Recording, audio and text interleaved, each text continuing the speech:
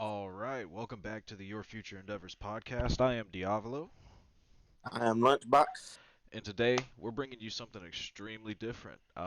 We are going to be doing a little bit of review on Moon Knight. Episode one came out just yesterday, and we're going to talk about it a little bit, give our thoughts, and see where it goes. And I think we'll probably do this for every episode. So, so yeah, just right off the bat, man. What is your overall thought and opinion on the show so far, on this episode? Um, Honestly, I'm very excited um, because I know that they've been talking about taking a darker tone with their shows and movies. I mean, even going as far as saying some movies will be rated R in the MCU. Um, and I feel like in this episode, you could really see that that's kind of the direction they're going. Um, I like how this show was. It's shaking things up. It's not the superhero movies and shows that we've come to know. It's different. There's a darker feel to it. I really like, and I like how this episode was basically a 50-minute teaser of what's to come. Like they didn't. I know some people. I've seen some people are mad that they didn't do a whole lot of stuff during this episode, but I liked it. I like how they just teased it and gave me little pieces to get me excited for the next episode and Yeah, the other episodes to come in the future. and Um, what you should do with a show. That's kind of the I would say that's kind of the main point for someone to be people to be mad about that. I think is fucking stupid, but carry on. yeah, that's what happens when you're part of the fucking TikTok generation. True, real. They look for 8 second satisfaction, and with a company that took 10 years to tell a story, you shouldn't expect to get everything you want in episode one. And Right. I didn't, and I enjoyed myself. Exactly. Exactly. I really liked the pacing of the episode. Um, I really liked how they transitioned, like how they like before the very end, whenever we see Mark and get to eventually meet him and see him in the mirror there. Um, the way they transitioned, like with the blackouts, to show like him losing control of that identity and splitting into the next one. I really liked how they transitioned that visually. Um, and like you said, the darker tones is really cool, really refreshing to see, because it's not something we see a whole lot in Marvel. Um, obviously, but hopefully they're going in more of a direction of that. Um, but yeah, man, really good show, really gripping. I think they did exactly what they were supposed to do with the first episode. Um, like to your point, like they gave you bits and pieces to be excited about.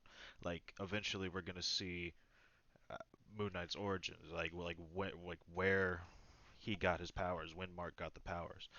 We're gonna see more about Layla, like who that is, and in their relationship. Obviously, they have some sort of relationship that we don't know about fully yet. Um, there's all these little things, and how Steven and Mark and Khonshu and all this is going to interact is going to be very interesting to see unfold. I I 100% agree with you. I really um I didn't know much about Moon Knight going into it, but I did know that he suffers with multiple personalities and stuff like that. Yeah, Um, I really think it's cool for the MCU to tackle mental health because I don't know. I don't feel like a lot of movies do that anymore. Tackle mental health, or especially superhero movies. They don't tackle big subjects like that. and I feel like Um, if a lot of people when they try to, it's just used as like a plot device rather than like something to actually bring light to it. You know? oh yeah, Yeah. I agree. Or they're the character that they're showing that has mental health problems is like the Joker or some villain or something like that. Not some regular Joe like you see in Moon Knight who's confused as hell as what's going on because his mental health is messing with him, and he doesn't realize that he's actually this ass whooping machine. Yeah. And, and by God, is he really an ass whooping machine? Holy shit! That scene at the end. Wow. Oh yeah, like And that was only just like a little bit in pieces of what he's able to do. you're He, not fucking lying, bro. he beat the ever loving fuck out of that thing. Oh yeah, like I was scared for a second because the thing is chasing him and it's big and it's bad and it's like I'm like, oh fuck, he about to get ate up, and Yeah. then he gave in and all of a sudden you see the little fucking dog thing trying to run away from him. I'm like, oh shit, what the fuck? Hmm. Yeah. This fucking thing is scared of him. What is he doing to this thing that it's trying to escape him? A fucking demon dog is running away from this man. What the fuck is wrong with him? What is he doing? So good. It's so It, funny. I agree, dude. Like He it's bitch slapped the hell out of that jackal, or oh, I think it's a jackal. I, you might be right. You're probably right. That thing was getting fucked up. Like Yeah. I can't wait to see more of it because I feel like in this one episode we've seen more blood than we've seen in most of the MCU. Yeah, they don't really typically show blood like in that scene where he's like he split out into Mark and beat the shit out of all those people whenever they were fighting over the scarab. Like Mm-hmm. like his hand is just dripping in blood and they're bleeding all over the ground. Like you don't really see that a whole lot out of a lot of Marvel titles. Um, it's like, and we do when we do see blood, it's sparingly and like a little bit maybe dripping down the side of the head or something like that. It's like nothing Yeah, crazy. yeah, or something like Thanos gets cut on his face and it's purple blood, so it doesn't. Yeah, It ain't. It ain't the gruesome stuff. But this, it has potential to get gruesome because he was fucking a whole lot of shit up in this one episode. I he mean, we really didn't see a was. whole lot of the action, but we saw a whole lot of the aftermath, and he was jacking people up. Oh yeah, he really was, and uh, I can't wait to see more combat. I think obviously at some point we're gonna see like well fleshed out fight scenes with Moon Knight that are gonna be a bit more dragged out, a couple minutes, and I think those will probably come a little bit later on, but we'll see a little bit more of his powers, what he's able to do. I can't wait to see that. Um, and it, another thing too is I want to point out is the act the actor choices, the casting choices in this. Oscar Isaac to play Stephen Grant, Mark Spector, Moon Knight. Um, Incredible choice. I think just in this one episode, he showed the range in which he's able to deliver to the character, and I think that was just an absolute perfect choice. And then also Ethan Hawke as the villain, which I believe his name is Arthur Harrow. Um, Also another great choice. He really like sold me on him being like a villain and like an antagonist. So just wanted to point out really good acting choices. Well, gee, I 100% agree with you, especially with Isaac Oscar, man, or Oscar Isaac. Oscar Isaac, yeah, he did a phenomenal job. Like going in between the little glimpses we got of Moon Knight and back into fucking Steven, who's fucking terrified. He doesn't know what the hell's going on. All he knows is he blacks out and comes back, and there's a bunch of fucking people shot up and dead and beat to death, and he's fucking doesn't know. Or the one scene where he comes back or he comes to, and the fucking van is going backwards, Oh yeah. and he's just like, I'm driving backwards. he's like, what the fuck? Yeah. Poor dude didn't know what the fuck to do.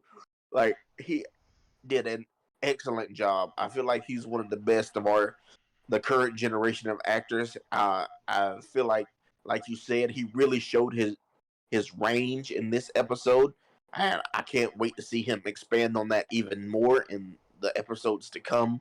Um, Man, it's just really breath of fresh air into the MCU. Not saying that the MCU has gotten stale or anything, because uh, they did just release Spider-Man: No Way Home, and they do have fucking Doctor Strange coming in. All the fucking TV shows they've done in the last year and a half, like They yeah, they're on fire. Absolutely on yeah, fire. like they've been all types of on fire. Like and I'm not talking about no little fucking trash barrel fire. No, I'm talking about meth house blowing up fire. Like they are not playing, and Definitely not. I I really do, man. I'm really excited to see them diving into the darker aspects and into the darker characters of the Marvel world. It was Oh such yeah. a good episode. By the end of it, I just wanted to see more. Like, hey man, y'all got any more of them jackals he can fuck up? Because I'm down to see it. Right. Honestly, yeah. Like you said, I can't wait for Marvel to explore that darker side, and they've already been teasing it too with like characters like Blade and the Mm-hmm. Black Knight, and obviously now Moon Knight and Daredevil's in the MCU now, so that there's a potential for you could bring in Punisher. Um, and then I believe there's teases out there for Deadpool um, Oh yeah, to come into the MCU, and obviously I think that's confirmed, but I think it's probably going to be in Doctor Strange where that happens. I've heard a lot of rumors. Um, so fucking, I can't wait for them to all flesh those characters out, and when they do, eventually we could get the Midnight Suns, which would just be fucking epic. A1 like steak sauce. Uh, Hell. fucking so yeah, I can't wait to see it. Um, but yeah, so obviously we're talking about the show. Did you have a particular scene that really stood out to you? um, I don't know, man. There was um just I think the whole like last 15 minutes when he's in his apartment and he thinks it's a dream, but he's realizing it's not a fucking dream, and he's like starting to freak out, and he gets in the elevator, and he's because he's starting to see the fucking uh the god that's influencing him, and he gets scared by that fucking old lady. Yeah. Just the whole spiral at the end of the episode was really cool to me. Like him coming to terms and realizing what the fuck's going on is like, wait a minute. Yeah. Yeah, I thought that was really fleshed out. It's like the pace was like a really like it was like a good blunt.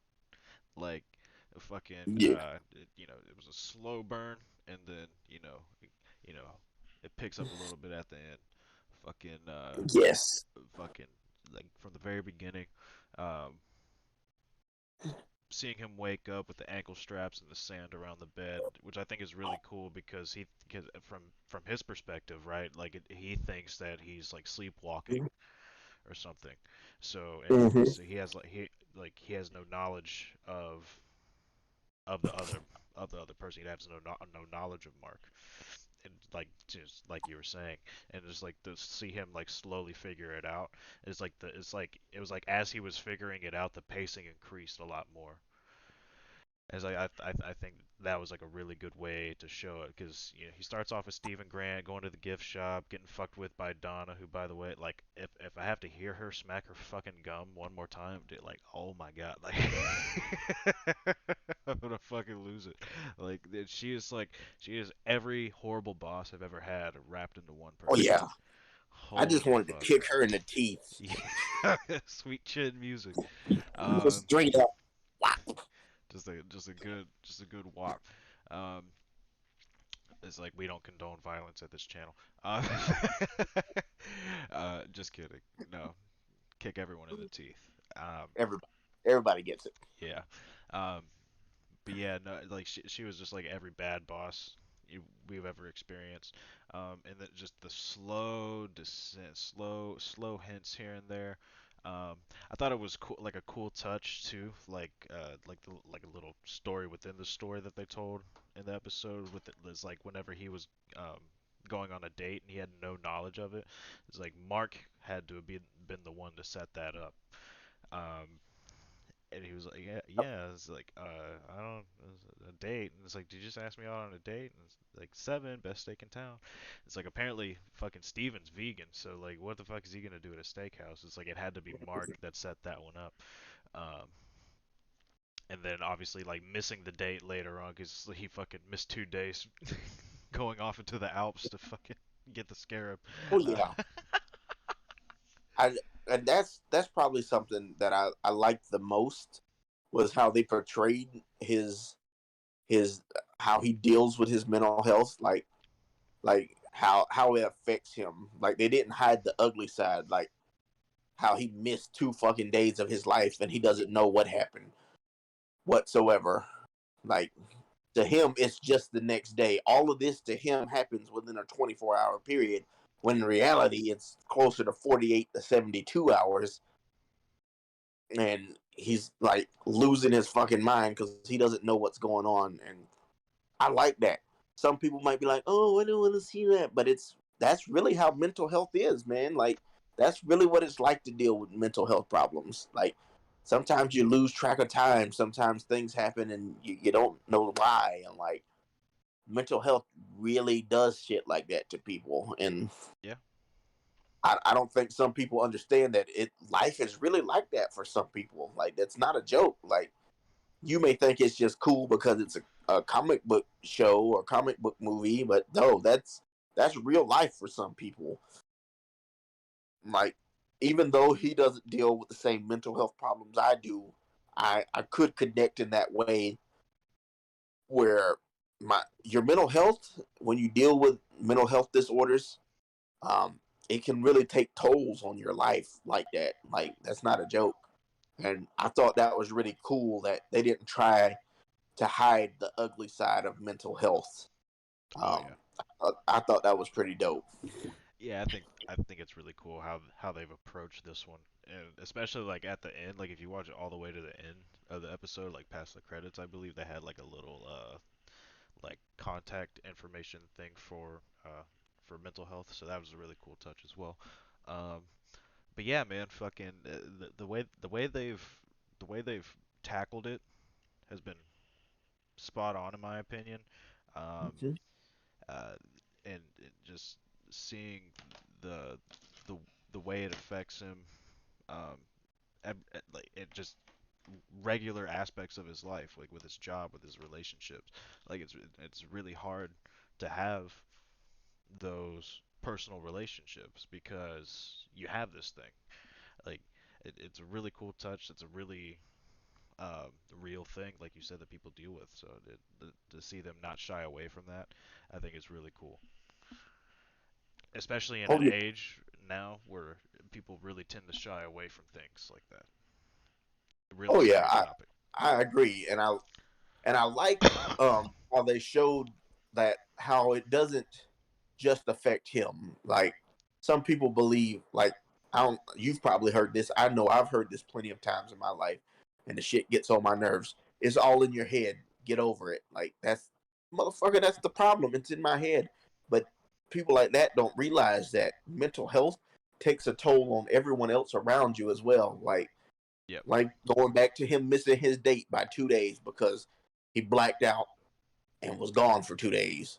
Or like at the end when all this weird shit starts happening and he's seeing the the god that gives him his powers, um, when he sees him, or like when he's having the conversation with the dude at the security guard who keeps calling him Scotty, and he's talking to him, and this dude just thinks he's fucking nuts, Yeah. right? And then he kind of, even though she was a dick and kind of deserved it, how he lashed out at his boss because he in his head he's going crazy, like his mental health is taking a real toll on him, and he kind of like he doesn't hit her or nothing, like no spoiler, no spoiler, but he lashes, she lashes out at her, you know, and and mental health really does take a toll on other people that way too. Like when we say it affects everything and everyone in that person's life, it really does.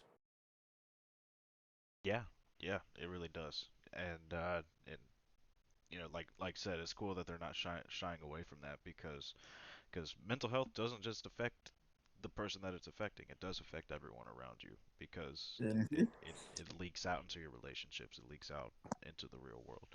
Um, and so yeah, it's really cool to see. Um, and I want to, like, obviously we've said, you know, what they're gonna bring into the next episodes. Like, I'm really excited to see, like, because obviously there's gonna be even more of a descent in my mind, um, into his madness, and I can't wait to see how that unfolds, whenever we get more information about him. Um, yeah, another scene that really stood out to me, was like the very opening scene where he gets the glass, he makes the little chime, takes a sip of water, at least I think it's water, and fucking crushes the glass and fucking puts it in his shoes, gets up and walks in it. Like, that's really cool. It almost seemed like, given that he was like a cult leader, it almost seemed like ceremonial in a way. Like he's following this god, and he's like he'd walk. It's like he'd walk any beaten path to uh to do the god's will, basically. It's like it was a Mm-hmm. really cool thing, and it went to show too, like and like a microcosm who this character is as a person. Oh yeah, and I think that was the perfect opening scene because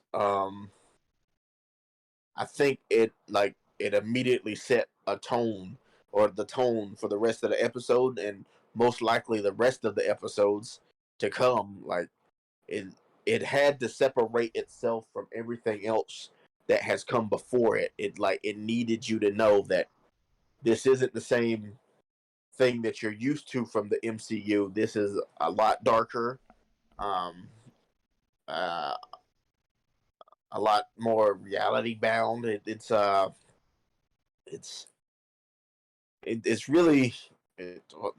really creepy, scary. Uh, it's much different than what you come to expect from the somewhat happy-go-lucky MCU, excluding Endgame, of course, or Infinity War and Endgame, where it got real dark.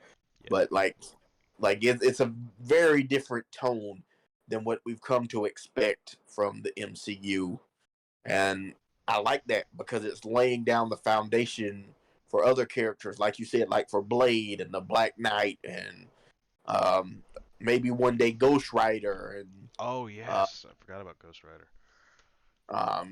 and of course Daredevil is a darker tone story, and so is the Punisher.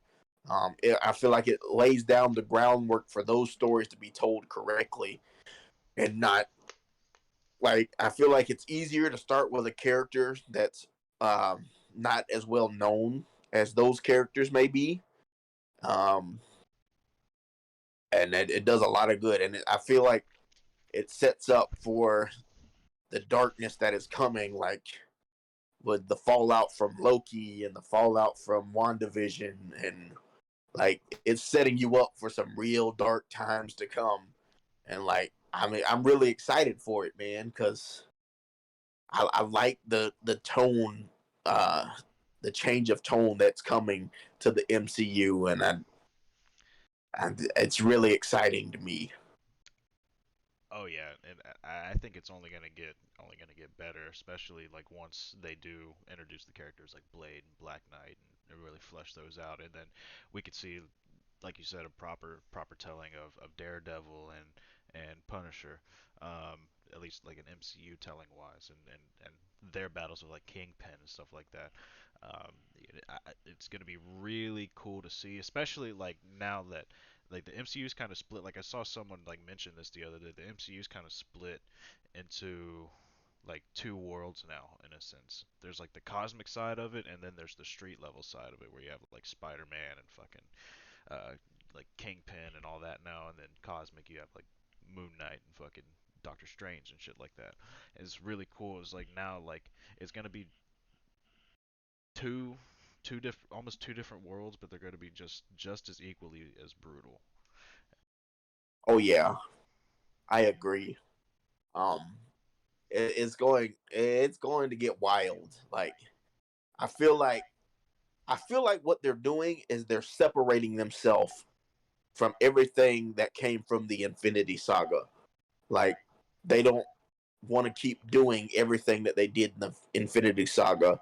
Um, that they're going in a different direction to keep things fresh and good, and like you can't just keep doing the same things that you did when you were leading up to Thanos. Like Exactly. people want something new. People want something that's going to keep their attention, and I feel like Marvel and Disney are really handling that well, um, with the transition into this new era of MCU. Bringing in, like we said, the darker storylines, the darker characters. Um, now the MCU can also do a lot of those darker stories from the comics now that they own all those characters that Fox had, like the X-Men and the Oh Fantastic yes. Four, and like they can fucking do the shit where like Doctor Doom has a lot of dark stories that they can do with him. Like I was I just don't know about if to say they'll Doctor Doom. Yeah. yeah, like I don't know if they'll bring Thanos back, but I believe there's a story where he fucking rips Thanos' head off and like spine and all, like some Mortal Kombat type shit.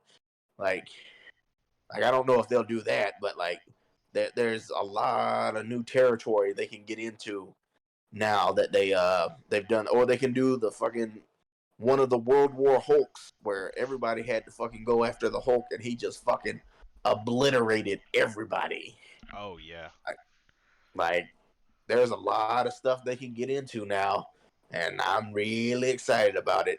Um, Yeah, I like agree. Like for a lot of people who thought that like after Endgame the MCU was done because they'd spent so long telling that story, they've done a really good job managing the aftermath of Endgame and and and telling a really good story after that. Is like now especially like you said, now that we're getting like the multiverse and we're getting all these different characters in, all the like the Fox characters and the X-Men and Fantastic Four, Doctor Doom, all that shit into the MCU now. They do have a lot of new territory, and I think that is the right move to make, especially now that you don't have not as you don't have a Thanos, you didn't have a big bad. You have the opportunity to set up new ones. It's like now we're getting like Kang the Conqueror, um, and stuff like that. So there's so much new territory. There's so many stories to be told. And the MCU's not done yet, man. They're gonna be around for a long time. I 100% agree. I do. This like there's a lot of stuff to come. There's a lot of storytelling to do. Um, like I know, like they could do. I believe there's another Civil War storyline that they could do. There's the Secret Invasion that I know they're doing. Um, like there's a whole lot of stuff that they can get into now that I can't wait to see. And of course, they could eventually lead up to the big bad of all, or probably the biggest of all big bads in Galactus, Oh my god. uh, the fucking World Eater. Yeah. Like, like Give you us some. thought Thanos was bad. Wait till you see this motherfucker. Yeah. Like, Yeah. Honestly, man. Honestly, it's like don't fuck around with Galactus. yeah, like this motherfucker legitimately eats planets. He's not to be fucked with. Yeah, Um, not in the slightest bit. And it would just be an absolute mistake and detrimental to your health if you did. And just don't go down that road. Um, exactly. but no, another point I wanted to make too that we were talking about since we're obviously talking about the show. Fucking what did you think about the uh, where he was uh where Arthur Harrow was like doing the little ritual with the scepter there to or the cane to um to like judge the person's soul and like the interaction with the scale the scale tattoo. Like what did you think about that? Um, I thought that was pretty cool and like it's evil as shit. Like, why would you? I really feel like he's gonna be a really dark character because, like you said, first off, he started by taking the drink and fucking breaking the glass and putting that shit in his shoes. Like, you, first off, if that's how you starting, you know he's a fucked up individual. Yeah. Uh, and you know something ain't right with him. Um, then you see this fucking cult following he has, and like it just makes it even more so much darker because you're like, all of these people have been like brainwashed by his power or whatever. Like it's not his power; it's what they say. Emmett, Emmett is the name of the goddess that he serves. But Yes, like, Amit.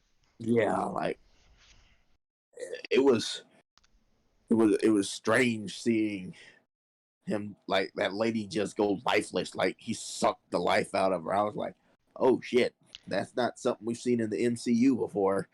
Like, Yeah, and she completely just turned gray, like she was just a husk, like her yeah, like entire life force was just yeah, like the lady just loses her fucking color. Like, yeah, but it also it gave me hope for Ghost Rider because you know fucking Ghost Rider has that his pendant stare where when he fucking looks in your eyes, if you yeah, a bad motherfucker, you in trouble because you about to be tormented. yep. Like, so like that got me excited for the possibility of a Ghost Rider in the future of the MCU. Um, I really like. I mean, he didn't do too much in the episode, but he gave me real creepy vibes, and I really think I'm going to enjoy him as a villain because like even he like one of my favorite scenes from him is he's doing all this evil shit and stuff, but when he tries to do that same thing to fucking um to Steven, like he gets this weird vibe off of him and he's like, something's not right with you, dude. Like like Yeah, he was taken aback when he tried to do that shit.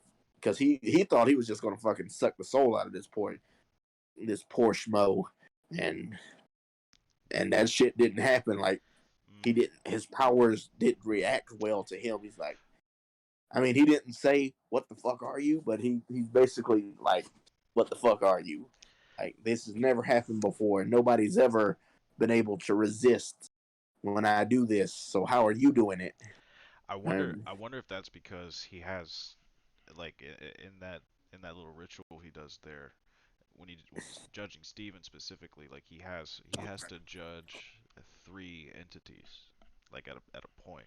So you have what I guess like whatever would be Moon Knight, and then Mark and Steven. Like like Steven's probably like the like a good soul, so he'd get the green. Mark's probably more towards the bad side because he's probably done a lot of bad things as a mercenary. Um, so he'd be red, and then Moon Knight probably just throws that off for a whole loop. So it just there's probably no real way to judge that. He's like, do you oh think yeah, that's like I feel like that's a good reason. I agree. I think it's there's a combination of things. I think like for one, like if it like you said, because there's three different personalities there, right? He can't the the god the goddess that gives him his power, she can't suck the life out of him because if she does, she's killing an innocent man who is in Steven. But also on the other hand, with Moon Knight getting his powers from a different god, maybe she can't suck the life out of him because of that other god. Like she can do it to normal people, but because he's mixed in with that other god, she can't do it because of the god's power is protecting him particularly from her. That's a good point. Um, Yeah. like there's a lot of shit that could be going on there, you know. Like Yeah. and it's just something so simple in that scene, right? Just to throw like a lot of speculation. Like it's just really really good storytelling. Um, Oh yeah, and like you said, is like really good villain. He's so creepy, and it seems like obviously like he knew who he was as the mercenary. So there's got to be some sort of backstory to that. I wonder what's gonna happen there. Um, yeah, and it's like it seems like obviously he's empowered by a god. So I wonder if they maybe got their powers like at the same time. yeah. See, like like what if the god that gives Moon Knight his powers or his capabilities is the same one of the gods that they talked about in the episode when the dude Ethan Hawke's character was like uh but her fellow gods turned on her.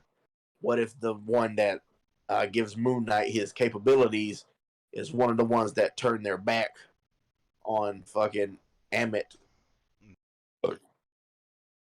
and And they're just using these avatars to carry out their own like vendetta potentially. exactly like one of the main reasons, like probably the main reason Mark and Steven get the powers to be Moon Knight is because they're out trying to stop Amit from doing whatever the fuck Amit's trying to do.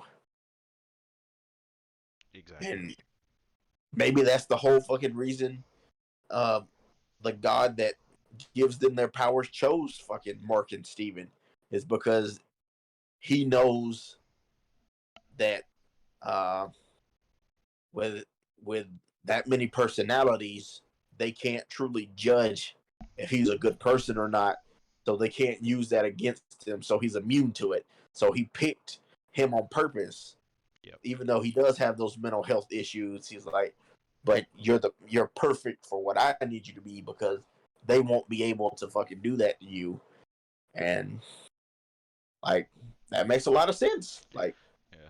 maybe he's done this before, and the person who he picked before wound up dying or falling to the same thing because they were able to judge them and fucking suck the life out of them. But with him and those 42 personalities he's got, they can't do it Yeah.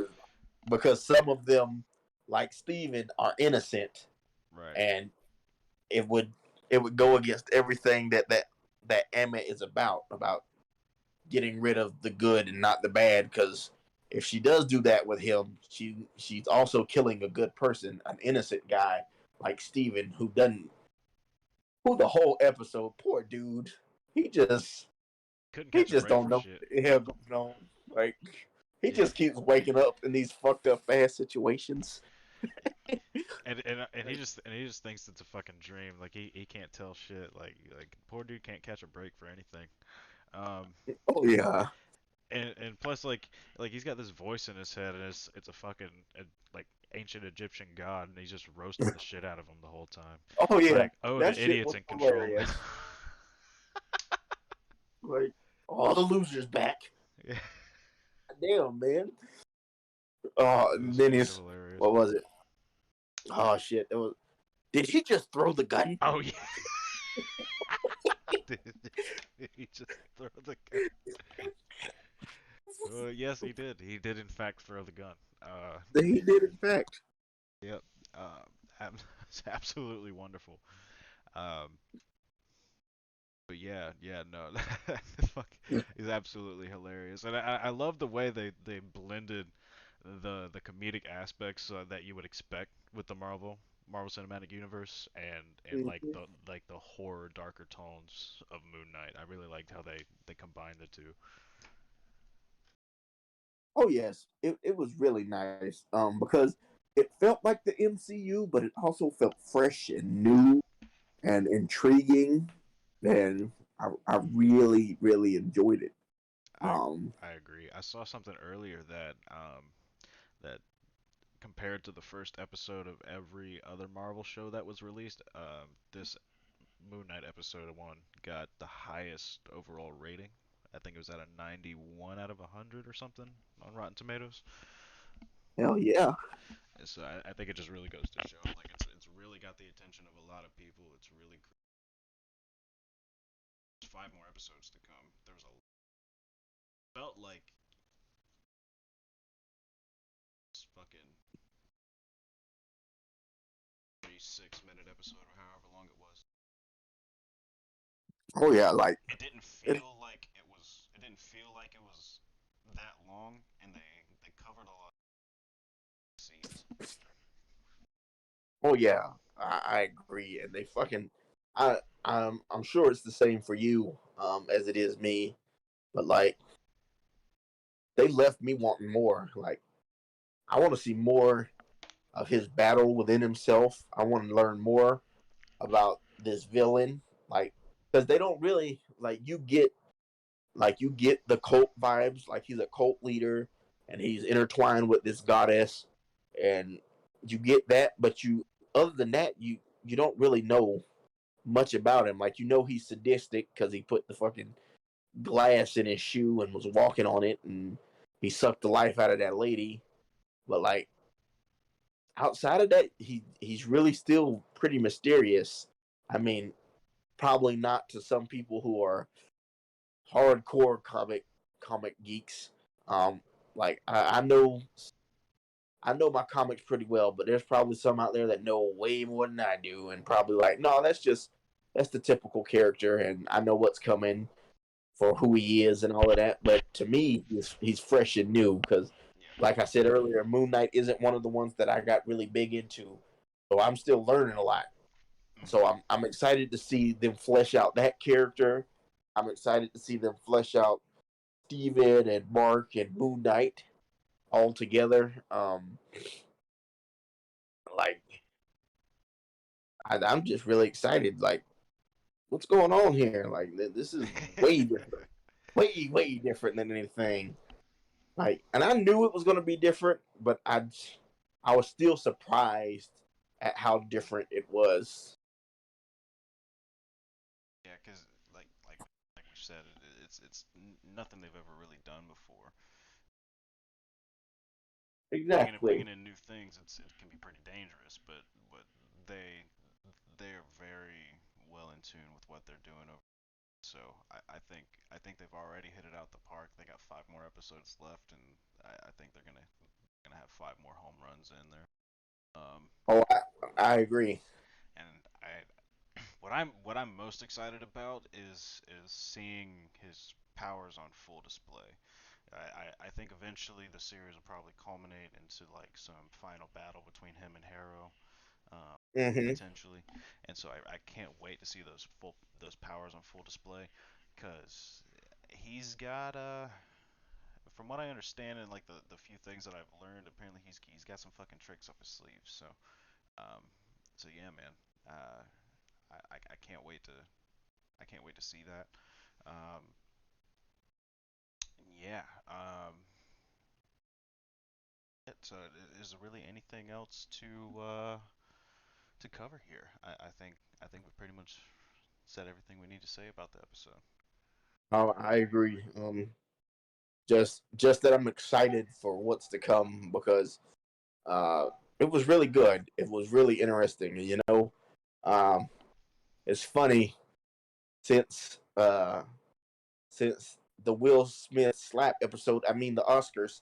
Um, everybody's been talking about how that moment with the Flash got voted fan moment of the year or something. Oh yeah. Since you know what, and I've been seeing that all them fucking DC nerds going nuts, like about about it since it happened.